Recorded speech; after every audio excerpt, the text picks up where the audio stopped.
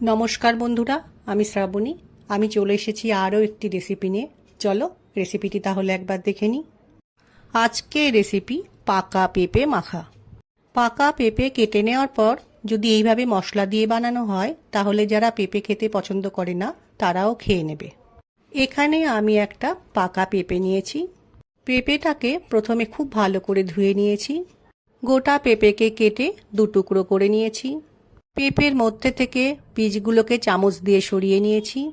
পাকা পেঁপের খোসা ছাড়িয়ে নিয়ে বড় বড় টুকরো করে কেটে নিয়েছি। তোমরা চাইলে ছোট করেও কাটতে পারো। এবার এর মধ্যে কিছু মশলা দিয়ে খুব ভালো করে মাখিয়ে নেব। প্রথমে নিলাম বিট লবণ, স্বাদটাকে আরও বাড়ানোর জন্য দিয়ে দিলাম চাট মশলা। এবার দিয়ে নিচ্ছি পাতিলেবুর রস। অল্প পরিমাণে যাতে ঝাল হয় সেজন্য দিয়ে দিলাম গোলমরিচ গুঁড়ো।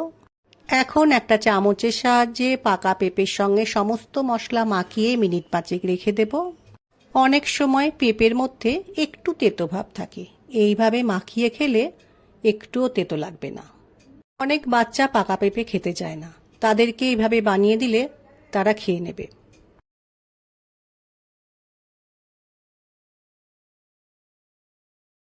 প্রত্যেকটা পেঁপের গায়ে খুব সুন্দর করে মশলা মাখানো হয়ে গেছে।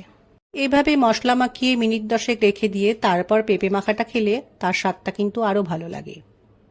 যারা ফল খেতে ভালোবাসো বা পেঁপে খেতে ভালোবাসো, আশা করছি তাদের এই ভিডিওটা খুব ভালো লাগবে। আমার আজকের রেসিপি ভালো লাগলে লাইক, শেয়ার ও সাবস্ক্রাইব করো। ভিডিওটি দেখার জন্য ধন্যবাদ। ভিডিওটি আজ এখানেই শেষ করছি। ফিরে আসছি আরও একটি রেসিপি নিয়ে।